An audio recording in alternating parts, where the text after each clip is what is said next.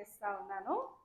ఈరోజు మనం ఎవరి గురించి మాట్లాడుకోబోతున్నామంటే ఈమె కర్మేలులోని ఒక గొప్ప ధనవంతుడైనటువంటి నాబాలు భార్య. ఏంటి ఆమె పేరు? అబీగయేలు. మరి ఈ అబీగయేలు అంటే అర్థం ఏంటి? అబీగయేలు అనగా అర్థం ఏంటి? సంతోషాభివృద్ధి. అబీగయేలు అంటే ఏంటంటే సంతోషాన్ని ఉత్పత్తి చేయు స్త్రీ అని అర్థం. ఈమె పేరుకు తగ్గట్టుగానే తను ఏం చేస్తుందంటే తన కుటుంబానికి సంతోషాన్ని తెచ్చిపెట్టింది, తన ఇంటి వారికి సంతోషాన్ని తెచ్చిపెట్టింది. అదే కాక తనను నమ్ముకొని ఉంటారు కదా ప్రజలు, వాళ్ళకి కూడా సంతోషాన్ని తెచ్చిపెట్టినటువంటి స్త్రీగా ఏముంది. చూడండి ఒకసారి సమూయేలు మొదటి గ్రంథము 25వ అధ్యాయం 2వ వచనం కనుక చూసినట్లయితే, కర్మేలులోని ఆస్తి గలవాడొకడు ఉన్నాడు, కాపురం ఉండెను. ఎలాంటి వాడట అతను? బహు భాగ్యవంతుడు. అతడికి ఏమున్నాయి? 3000 గొర్రెలు, 1000 మేకలు ఉన్నాయి. 3వ వచనం చదువు ఒకసారి. ఏంటయ్యా అతని పేరు? నాబాలు. అతని భార్య పేరు అబీగయేలు.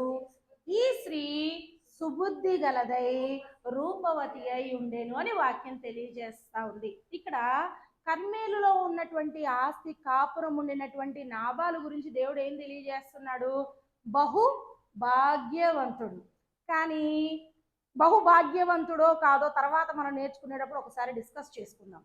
ఎందుకంటే మనం ఈరోజు అబీగయేలు గురించి నేర్చుకుంటున్నాం. ఈమె ఎలాంటిది? ఒక ధనవంతుని యొక్క భార్య. జ్ఞానము, మంచి గ్రహింపు, వివేచన, అందమైనటువంటి ముఖము కలిగినది. అన్నిటికంటే ప్రాముఖ్యమైనది ఏంటయ్యా అంటే ఆమె దేవుని పట్ల విధేయత కలిగి దేవుని మాటనుసారంగా చిత్తానుసారంగా నడిచినటువంటి విశ్వాసము కలిగినటువంటి స్త్రీ. కొందరు అందం ఉంటే అతిశయపడతారు, అవునా కాదా? కొందరు డబ్బును చూసి అతిశయపడతా ఉంటారు, కానీ వాళ్ళ జీవితాల్లో ఎంత గొబ్బే.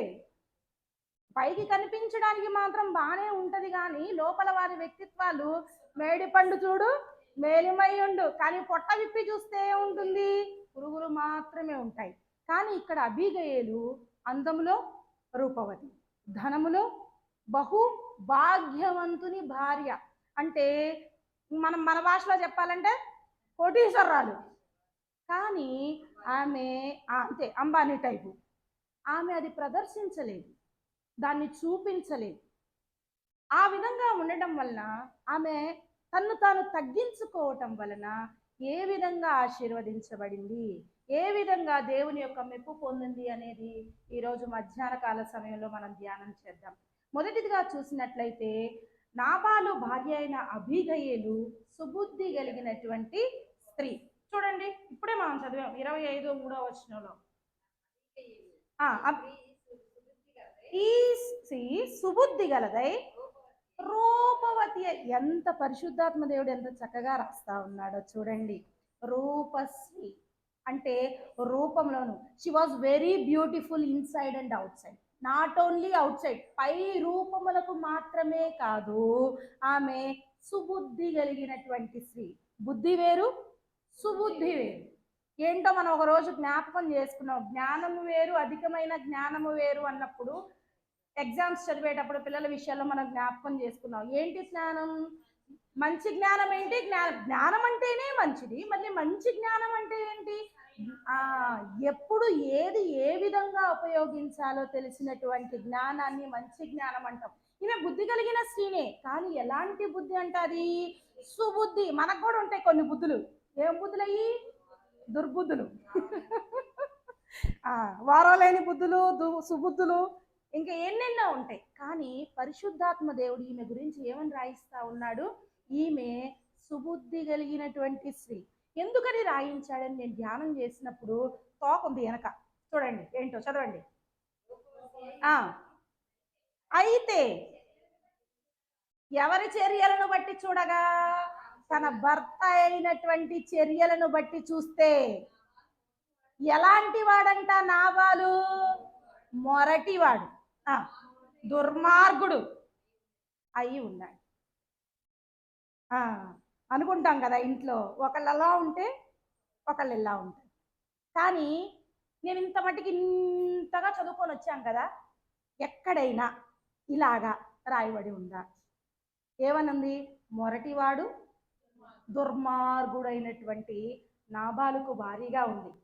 ఇతడి స్వభావం ఎటువంటిదంటే అస్థిరుడు, స్థిరత్వం లేనివాడు, నమ్మకం లేనివాడు, మూర్ఖుడు, మర్యాద ఎరగనివాడు, గర్విష్ఠుడు అని చెప్పవచ్చు. ఎట్లా చెప్తున్నావురా నువ్వు అంటే, ఒక పనివాడు సాక్ష్యం ఇస్తా ఉన్నాడు. చూడండి 25వ అధ్యాయం 17వ వచనంలో, అయితే నా యజమానునికి అక్క ఆ పని మా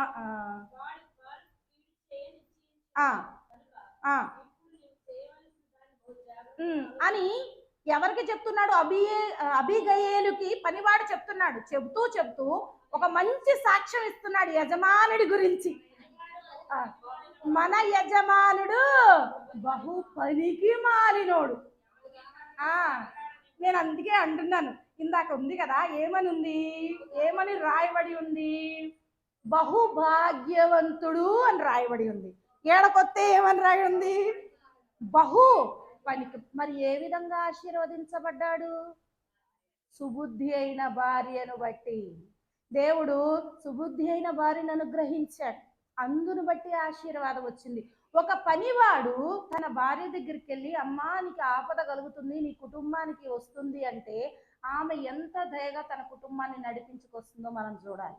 ఎందుకంటే పరిశుద్ధాత్మ దేవుడు రాయిస్తా ఉన్నాడు, ఇతడు ఒక మూర్ఖుడు, స్వనీతి పరుడు, నాది కావాల్సింది నాది నాకే, నువ్వు ఎట్లా సచ్చినా నాకు అనవసరం అన్నటువంటి మొరటు కలిగినటువంటి వ్యక్తి. ఒకసారి ఆలోచించండి, ఆమె కుటుంబంలో ఎన్ని శ్రమలు వచ్చి ఉంటాయి, ఆమె ఎంత వేదన చెంది ఉంటుంది, ఎంత బాధపడి ఉంటుంది. ఎందుకంటే అబిగేలుకి సహనం చాలా ఎక్కువ. వాస్తవం చెప్పాలంటే అక్కడే రాస్తాడు, మన యజమాని ఎవరు మాట వినడమ్మా, మన యజమాని ఎవరు మాట వినడు, మన సేవకుల మాట వినడు. ఏది చెయ్యాలనుకుంటే వాడికి ఏది బుద్ధి దొరికితే అదే చేస్తాడు. కానీ అలాంటి కుటుంబాన్ని నడిపించుకొచ్చినటువంటి గొప్ప వ్యక్తి అబీగేలు. ఎంత సహనం కలిగి ఉంది, ఎంత ఓర్పు కలిగి ఉంది. అందుకే దేవుడు అంటా ఉంటాడు కదా, జ్ఞాని అని సొలొమోను అంటాడు చూడండి, సామెతల గ్రంథము 13వ అధ్యాయము 15వ వచనం చూడు, 13-15.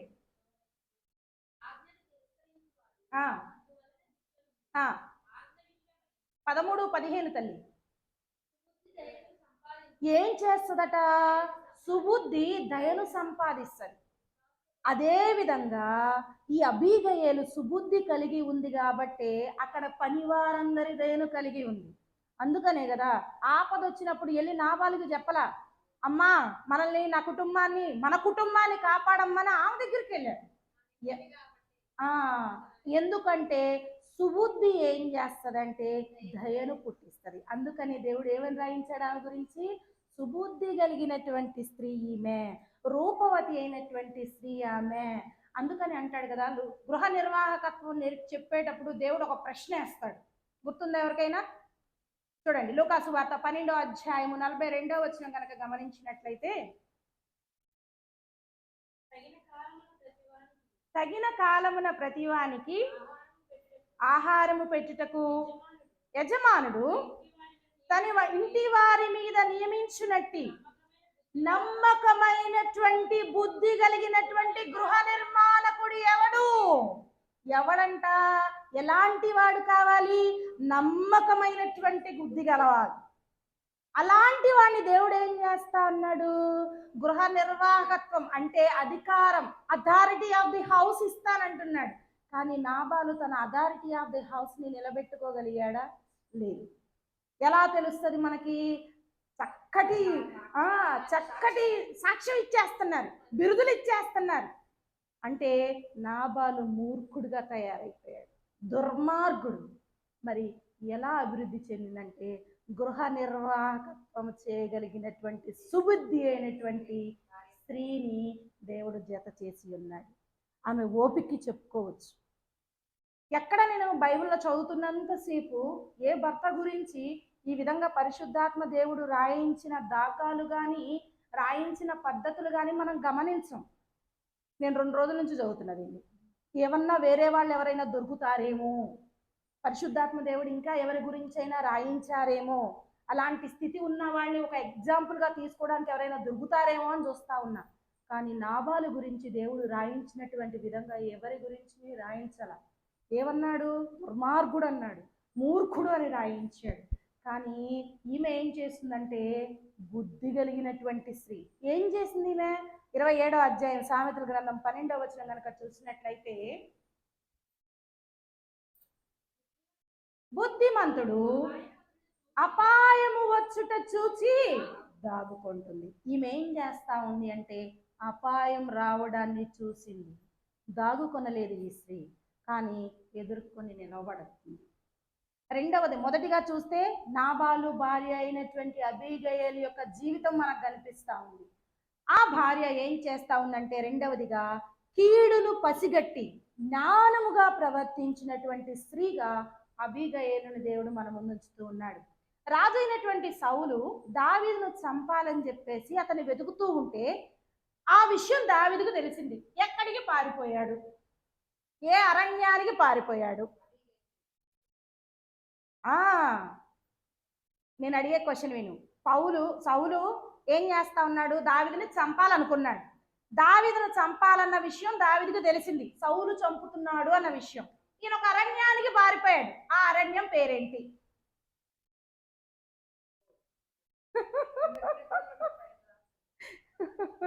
సరే సరే వద్దులే, ఇబ్బంది పడక్కర్లేదు. పారాను అరణ్యానికి పారిపోయాడు, రాసి ఉంటుంది. అలాంటి పారాను అరణ్యానికి పారిపోయినప్పుడు ఆ సమయంలో తన కొరకు తన దాసుల కొరకు ఏదైనా ఇమ్మని కర్మేలులో నివాసం ఉంటున్నటువంటి నాబాలు దగ్గరకు ఒక దూతను పంపిస్తాడు దావీదు. చూడండి, మొదటి సమూయేలు 25వ అధ్యాయం 14వ వచనాన్ని కనుక గమనించినట్లయితే,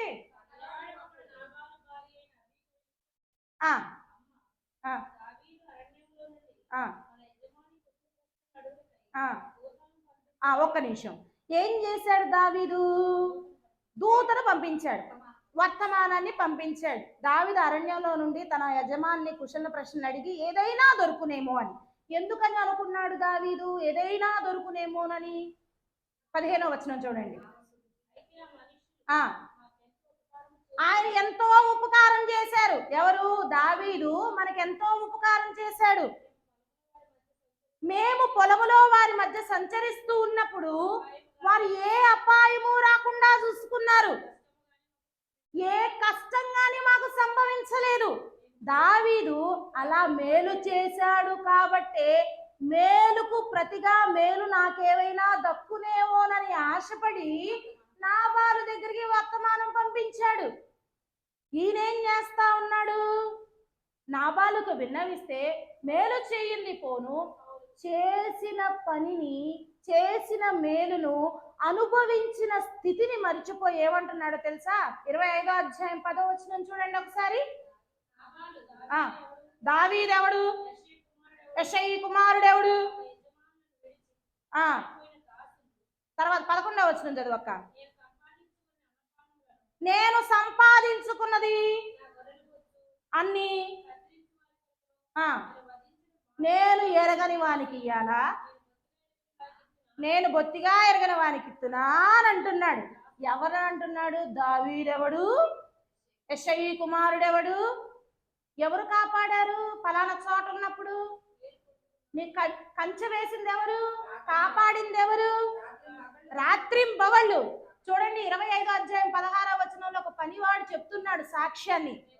మేము గొర్రెలను కాయిచున్నప్పుడు వారు రాత్రింబవళ్ళు మా చుట్టూ ప్రాకారంగా ఉన్నారు. ఎలా ఉన్నారట వాళ్ళు? ప్రాకారం. భాగ్యవంతుడు ఎలా అయ్యాడు? దావీదుకు సంబంధించిన వారు, దావీదు దేవుడు నాబాలుకి తోడై ఉన్నాడు కాబట్టి అంతగా భాగ్యవంతుడయ్యాడు. సిరొచ్చింది కదా నెత్తి మీదకి, కళ్ళు నెత్తికెక్కాయి. అందుకని అంటున్నాడు, దావీదెవడు? యెషయి కుమారుడెవడు? నాది నేను ఎందుకు ఇయ్యాలి? నేను సంపాదించుకున్నది అంటున్నాడు. అమ్మా, దావీదు మనకు చాలా సహాయం చేశాడమ్మా. ఎంత ఉపకారం చేశాడంటే వాళ్ళు మాకు ప్రాకారంగా ఉన్నారమ్మా, మేము ఇబ్బంది పడకుండా సంతోషంగా ఉన్నామమ్మా అని ఒక పనివాడు యజమానురాలికి చెప్తా ఉన్నాడు సాక్ష్యంగా. అంటే పనివారికి కూడా తెలిసిన సంగతి ఎవరికి తెలియలేదు? యజమానుడికి తెలియలేదు. అంటే మత్తుడై ఉన్నాడు. పాపం పాపం చాలా పనులు ఉంటాయి కదా, ఇంట్లో పనులు ఎవరు చేస్తారు? వాళ్ళేగా చక్క పెట్టేది. ఎవరికి తెలియజేస్తారు బయట సంగతులని? ఎవరైనా యజమానుడికి తయారు చేస్తారు. కానీ నాబాలు చాలా బిజీ తాగటంలో, మత్తుడై ఉండటంలో, విందులు చేసుకోవటంలో. కానీ దేవుడు అబీగయలును భలే ఆశ్చర్యకరమైన రీతిలో తనకు భారీగా చేశాడు. ఎందుకంటే ఆ కుటుంబం మొత్తం రక్షించబడాలి, దేవుడు దీవించాలి అని అనుకున్నాడు. కాబట్టి నా అబీగయల్ని ఏర్పాటు చేసుకున్నాడు. అమ్మా కఠినంగా మాట్లాడాడమ్మా, మేలును మర్చిపోయాడమ్మా. మేలును మర్చిపోతే ఏం జరుగుతుంది? కీడు జరుగుతుందమ్మా. ఆలోచించు. ఏం చేస్తా ఉన్నాడో తెలుసా? చూడండి 25వ అధ్యాయం 21వ వచనంలో దేవుని యొక్క వాక్యం తెలియజేస్తా ఉంది. అంతకు ముందు దావీదు నాబాలుకు కలిగినదంతటిని ఏదియూ పోకుండా అరణ్యములో అతని ఆస్తి అంతయు వ్యర్థంగా కాస్తూ ఉన్నాను. ఉపకారానికి బదులు ఇప్పుడు నాకేం చేస్తా ఉన్నాడు? నాబాలు అపకారం చేస్తా ఉన్నాడు. నేను ఎంతగా ప్రేమించాను, ఎంతగా కాపాడాను, ఎంతగా దాచాను, కానీ ఉపకారికి అపకారం చేస్తా ఉన్నాడు నాబాలు. ఎంత కోపం తెచ్చుకున్నాడు అంటే దావీదు ఆ కోపానికి అంటున్నాడు 22వ వచనంలో, ఒక మగ పిల్లవాడినైనా సరే తెల్లవారే వరకు ఉండనీయనని కోపంతో బయలుదేరుతా ఉన్నాడు. ఎంత కాపు కాశాడు దావీదు నాబాలుని, ఎంత కాపు కాశాడు, మేలు చేశాడు. కానీ దావీదుకే వ్యతిరేకమైపోయాడు నాబాలు. తన కోపాన్ని తెచ్చుకుంటున్నాడు. దావీదు ఏమంటున్నాడు? నేను ఒక్కల్ని కూడా, ఒక్క మగ పిల్లవాడినైనా ఉంచకుండా నాశనం చేసేస్తాను, ఎలా ఉంటాడో చూస్తానన్న కోపమైన స్థితికి దిగజారిపోయాడు. తెలిసింది అబీగయలుకి. ఈ విషయాన్ని తెలిసిన అబీగయలు ఆమె పరిస్థితి చెప్పండి ఒకసారి, కంపించిపోయి ఉంటుంది, కుంగిపోయి ఉంటుంది. కానీ నేను స్త్రీనే, నేనేం చేస్తా అని అనుకుందా? అనుకోలేదు. కుటుంబాన్ని కట్టడానికి నిలబడింది. ఏం చేస్తా ఉంది? 25వ అధ్యాయం 18వ వచనం చూడండి.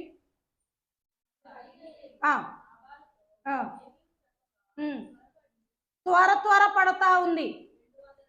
200 రెట్టెలు, 2 ద్రాక్షారస తిత్తులు, 5 గొర్రెపు మాంసాల్ని, 5 మానికల ధాన్యాలని, 100 ద్రాక్ష గెలలను, 2 అంజూరపు అడుగులు సిద్ధం చేసి పంపిస్తా ఉంది. ఎందుకంటే తన కుటుంబం మీదకి వచ్చినటువంటి అపాయాన్ని ధైర్యంగా ఎదుర్కోవడానికి సంసిద్ధమైతా ఉంది. ఎందుకని? లేకపోతే తెల్లవారేసరికి తుడిచిపెట్టుకుపోవటమే, శాపమే, నాశనమే. వచ్చేదెవరు? సైన్యములకు అధిపతియగు యెహోవా యొక్క దాసుడు, అభిషేకించబడినటువంటి దావీదు. ఆమెకి తెలియదా? అందుకనే దైవభక్తి కలిగినటువంటి స్త్రీ అన్న ఆమె చెప్తుంది దావీదుతో, అయ్యా నువ్వు ఒంటిగా వెళ్ళి ఒక్క కర్ర తీసుకొని పోయి నువ్వు గొల్యాతుని ఎలా చంపావో నాకు తెలుసు ప్రభువా, నువ్వు యెహోవాకు యుద్ధం చేయవాడు నాకు తెలుసయ్యా అని చెప్పి బతివిలాడుకుంటాడు. అలాంటి దావీదు వస్తున్నాడు కాబట్టి గడగడ గడగడ వణికిపోతా ఉంది అబీగయలు. ఎందుకు అంటే తన కుటుంబాన్ని రక్షించుకోవాలి. ఎలా ఉందో తెలిసి ఆమె ఇప్పుడు సింహం వలె ఉంది. అందుకే జ్ఞాని అయిన సొలొమోను అంటాడు చూడండి, సామెతల గ్రంథం 28వ అధ్యాయం 1వ వచనంలో, నీతిమంతుడు ఎలా ఉంటాడు? సింహం వలె ధైర్యంగా ఉంటాడు. ఎంత కష్టం వచ్చింది, అదే కష్టం మన కళ్ళెదురుంటే మనం ఏం చేస్తాం? కృంగిపోతాం, నలిగిపోతాం.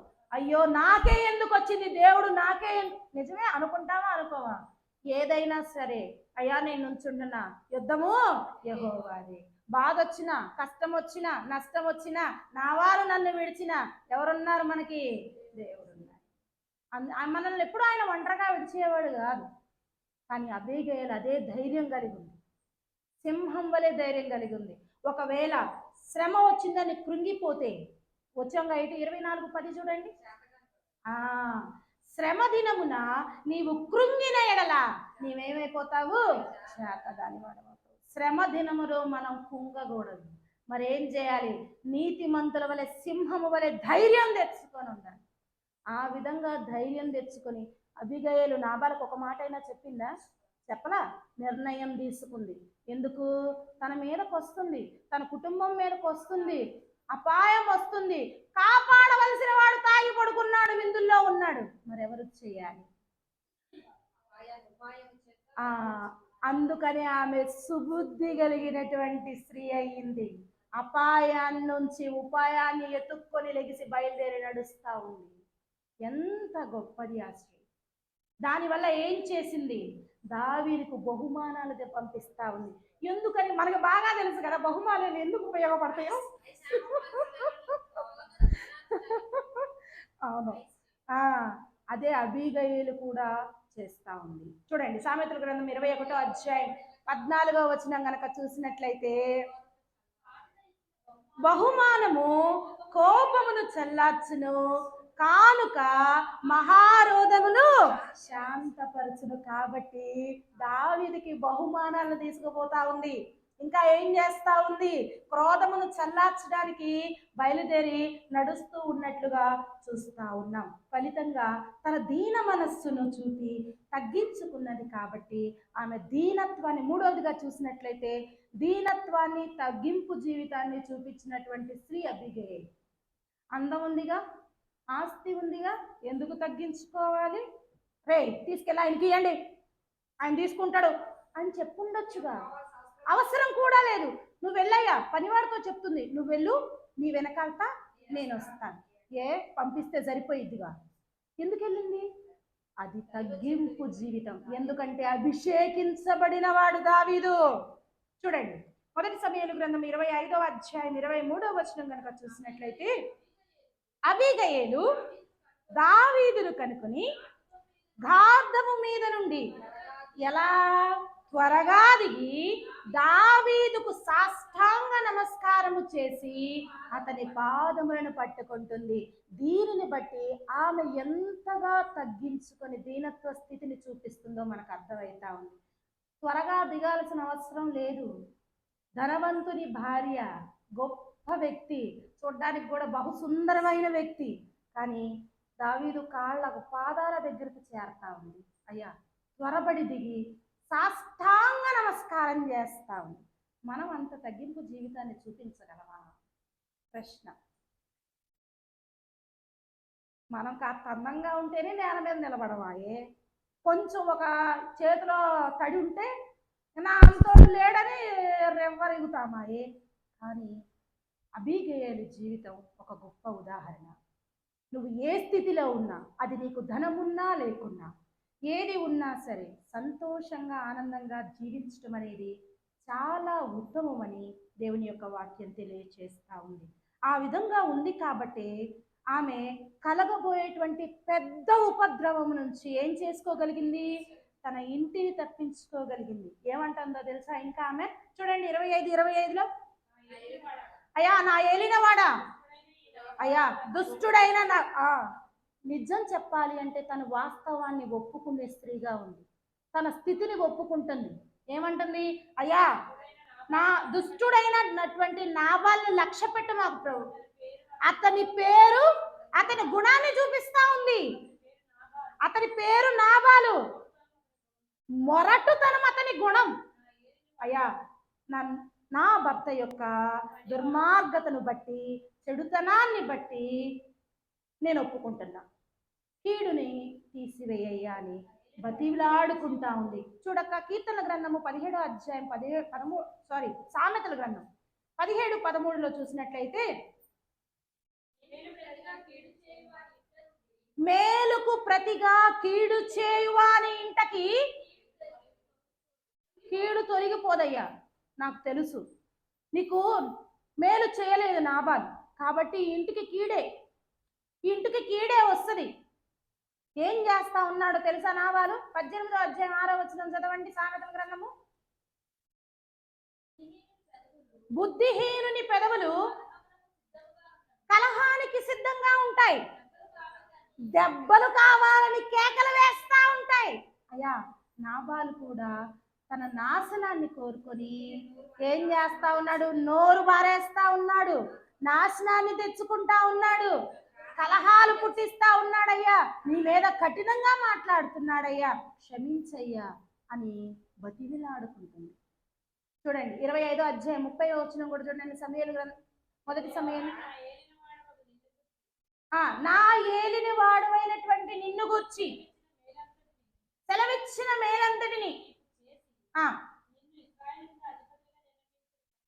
నిన్ను ఇశ్రాయేలుగా దేవుడు నియమించాడయ్యా. నీవు దేవుని మాట యందు లక్ష్యముంచు వాడవి. యెహోవా నిన్ను గుర్చిన సెలవిచ్చిన ప్రతి ఒక్కటి చేస్తాడు, నిన్ను అధిపతిగా నియమించాడు. అయ్యా, దేవుని వాక్కును గుర్తు చేసుకోయా అని దేవుని యొక్క మాటలని దావీదుకు గుర్తు చేస్తా ఉంది అబీగయీలు. ఎందుకని? ఏం జరిగింది ఆ విధంగా గుర్తు చేయటం వల్ల? ఎఫెసీయులకు రాసిన పత్రిక 4వ అధ్యాయం 32వ వచనం చూడండి ఒకసారి.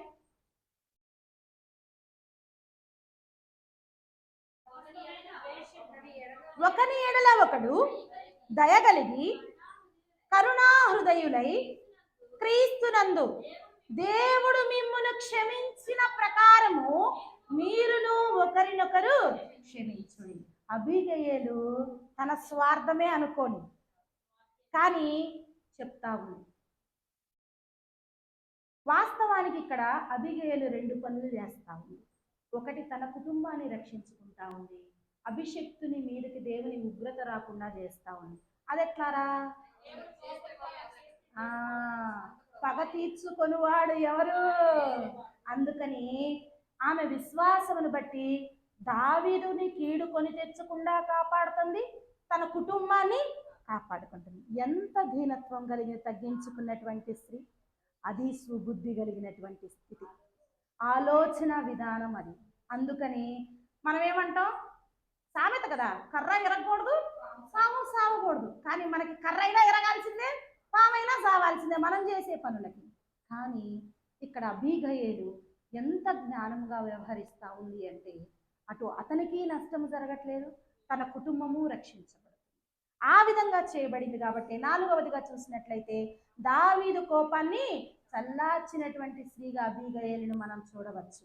25, 24 చదవక్క. సమూయేలు మొదటి గ్రంథము. నా ఏలినవాడా, ఈ దోషం నాదని ఎంచు, నీ దాసురాలను నన్ను మాట్లాడనివ్వయ్యా, నా మాటను ఆలకించు, మా తప్పులను క్షమించు అని ప్రాధేయపడతా ఉంది. అయ్యా, నా భర్త కాదయ్యా, నేను అనుకోయ్యా, నన్ను క్షమించయ్యా అని చెప్పేసి అంటా ఉంది. ఎంత ఆమె ఆలోచిస్తూ ఉంటే ఎట్లా అనిపిస్తూ ఉంటుంది? ఎవరం తీసుకోం కదా, కానీ ఆమె తీసుకుంది రక్షించుకోవడానికి. 28వ వచనం చూడండి ఒకసారి. అయ్యా, నీ దాసురాలైనటువంటి నా తప్పు క్షమించు. నీవు యెహోవా యుద్ధాన్ని చేస్తున్నావయ్యా, నీకు శాశ్వతమైన కృపను అనుగ్రహిస్తాడు, అప్పుడు నన్ను జ్ఞాపకం చేసుకో, నీవు నాకు సహాయం చెయ్యి అని అడుగుతా ఉంది. ఇంకా అంటా ఉంది 31వ వచనం చదువు.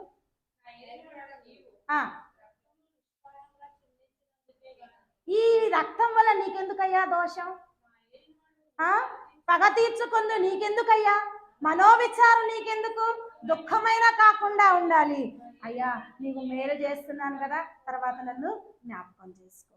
దావీదు కోపంతో దేవుడు మరిచిన మాటని ఎత్తిపట్టి అడుగుతా ఉంది. అయ్యా, ఎందుకంటే రోమీయులకు రాసిన పత్రిక 12వ అధ్యాయం 19వ వచనంలో దేవుని వాక్యం ఈ విధంగా తెలియచేస్తా ఉంది. ప్రియులారా, మీరే పగ తీర్చుకుంటే ప్రయోజనం ఏముంది? దేవుని ఉగ్రతకి చోటు ఇవ్వండి. ఎవరి పని? పగ తీర్చుట దేవుని పని, నేనే ప్రతిఫలం ఇస్తాను అన్న మాటని గుర్తు చేసింది. ఎలా? గట్టిగా మాట్లాడి కాదు, ఎలా మాట్లాడుతుంది? బతిమిలాడుకుంటుంది. కోపంలో దావీదు మర్చిపోయిన విషయాన్ని గుర్తు చేస్తా ఉంది.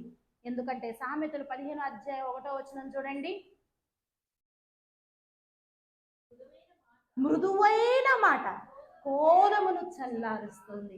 అబీగయలు ఆ మృదువైన మాటతో దావీదు యొక్క కోపాన్ని ఏం చేస్తా ఉంది? చల్లారుస్తా ఉంది. ఫలితంగా చూడండి, సమూయేలు 25వ అధ్యాయం 37వ వచనం కనుక చూసినట్లయితే 32 అక్క. అందుకు దావీదు, నాకు ఎదురు పడుటకై పంపిన దేవునికి స్తోత్రం కలుగుస్తా ఉంది. దేవుడు పంపించాడు కాబట్టే దావీదు ఏం చేయగలిగాడు?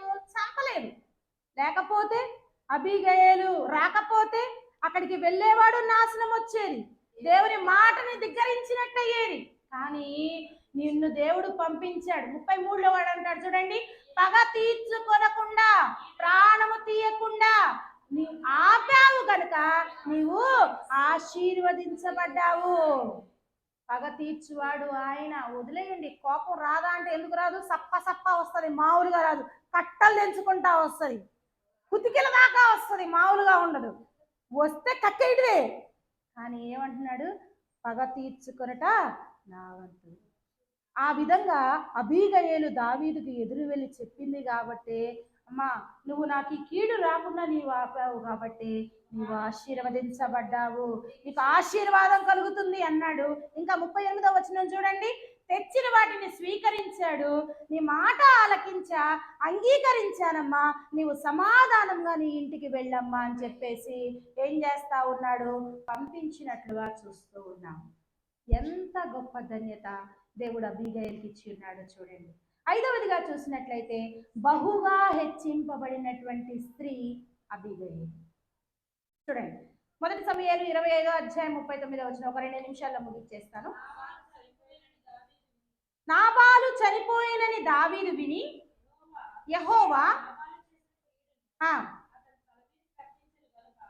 అతడు చేసిన తప్పును అతని తల మీదకే రప్పించాడు కాబట్టి నీకు కృతజ్ఞతాస్తుతులు చెల్లిస్తున్నానని దావీదు దేవుడికి కృతజ్ఞతాస్తుతులు చెల్లించడమే కాకుండా అబీగయలును పెళ్లి చేసుకోవడానికి వర్తమానాన్ని పంపిస్తే జాగు చేయక త్వరపడి ఆమె వెళ్ళినట్టుగా దేవుని యొక్క వాక్యం తెలియజేస్తా ఉంది.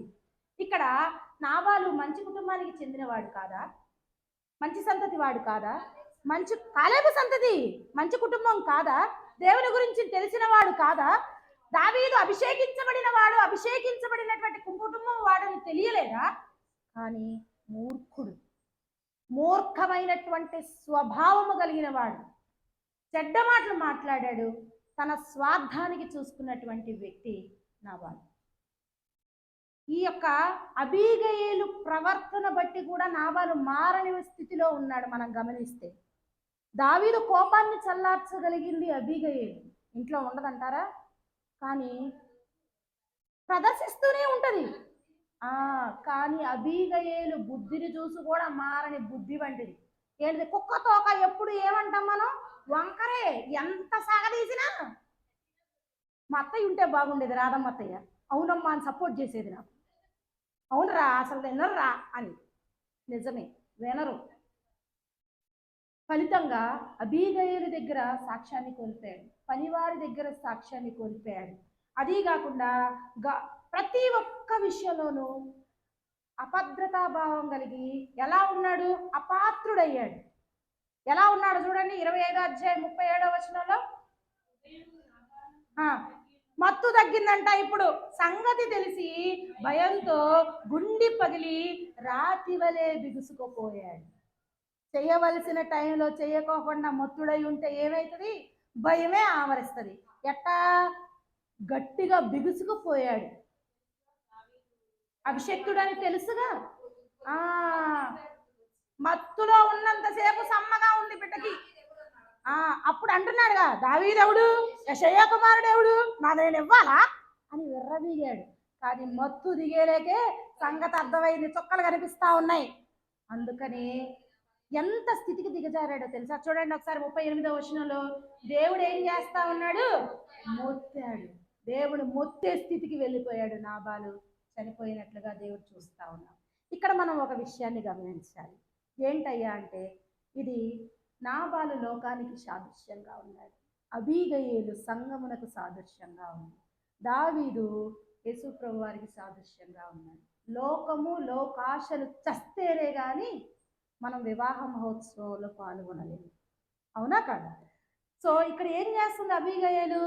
దావీదుని ఎదుర్కోవడానికి కానుకలను సమర్పించి ఆయన హెచ్చించి కనపరుస్తుంది. మరి మనము విశ్వాసమైనటువంటి హృదయం కలిగి కానుకలను సమర్పిస్తూ ఆయన ఎదుర్కొంటున్నామా లేదా? ఎదుర్కోవాలి కదా. ఆయనకి సమర్పించాల్సినవి ఆమె సమర్పించాలి కదా. అప్పుడే కదా ఏమంటాడు ఆయన? నేను అంగీకరించా, నీ మాట విన్నా, నీ మనవిని నేను ఇస్తా, సమాధానంగా ఇంటికి వెళ్ళు అన్నాడు. మరి సమాధానం కావాలి అంటే మనం కూడా ఆయన కర్పించే వారంగా ఉండాలి కదా. కాబట్టి దీనత్వాన్ని చూపించి మనల్ని మనం తగ్గించుకొని దేవుని సన్నిధిలో నిలబడినట్లయితే అబీగయలు ఏ విధమైనటువంటి ఆశీర్వాదం పొందిందో అంటే ఆమె రాణి చేయబడింది, మనము వివాహ మహోత్సవంలో పాల్గొంటాం. అటువంటి ధన్యత మనకి ఇస్తాడు దేవుడు. పట్టాభిషేకం జరుగుతుంది. అందుకే కదా దేవుడు పరిశుద్ధాత్మను పంపిస్తా ఉన్నాడు సంఘాన్ని తీసుకుపోవడానికి. కాబట్టి మనము పరిశుద్ధతతో నింపబడిన వారే మధ్యాకాశంలో ఆయన పెళ్లి మహోత్సవంలో మనం ఉండాలి అంటే నాబాలు చావాలి. నాబాలు దేనికి సాదృశ్యం? లోకము, లోకంలోని ఆశలకు సాదృశ్యం. మనలో ఉన్న లోకాశలు, లోకంలో ఉన్న ఆశలు చస్తే గాని మనం ఏం చేయగలం? పరిపూర్ణము అవ్వగలము. ఆమె ఏం చేసింది? ఆలస్యం చేసిందా? కాదు, త్వరపడి వెళ్ళింది. మనం కాలయాపన చేస్తా ఉన్నాం. కాబట్టి లోకంలో ఉన్న వాటిని త్యజించి లోకమును జయించి లోకరక్షకుడైనటువంటి యేసు వైపుకి చూస్తే అబీగయలు పొందినటువంటి ధన్యత మనకు వస్తుంది. రాజ్యాధికారం ఇచ్చాడు, దావీదుకు భారీగా చేయబడింది. మనము విశ్వాసులకు తండ్రి వివాహ మహోత్సవంలో పెళ్లి కుమారుని దగ్గర మనం ఉండాలి అంటే మనం ఏం చేయాలి అంటే మనల్ని మనం తగ్గించుకోవాలి, దీన మనస్సు కలిగి జీవించాలి, కోపములను చల్లార్చేవారిగా ఉండాలి, దేవునికి విధేయత కలిగి జీవించాలి. లేకపోతే మనము కూడా మొత్తే స్థితికి వెళ్ళిపోతాం. లోకంలో లోకాశల్లో జయించకపోతే నాబాలు స్థితి మనకి వస్తుంది. కాబట్టి ఆ విధముగా ఉండకుండా ఇంకా పరిశుద్ధ ఆదివారం వచ్చేస్తా ఉంది, 40 రోజులు ఎట్లా అయిపోయిందో తెలియట్లా. ఈ పరిశుద్ధ వారంలో అయినా సరే మనం మనల్ని పరిశుద్ధపరుచుకుంటూ దేవుని వైపు చూస్తూ నిలబడుతూ అబీగయలు వలె మనం కూడా దేవుని యొక్క వివాహ మహోత్సవంలో ఆయన చెంత చేరేవారిగా ఉండాలని కోరుకుంటూ అటువంటి ధన్యతను దేవుడు మన సంఘ విద్యలందరికీ దయచేయాలని కోరుకుంటూ ఈ నా మాటలు ముగిస్తూ ఉన్నాను. దేవుడి మాటలను ఆశీర్వదించి దీవించునుగాక.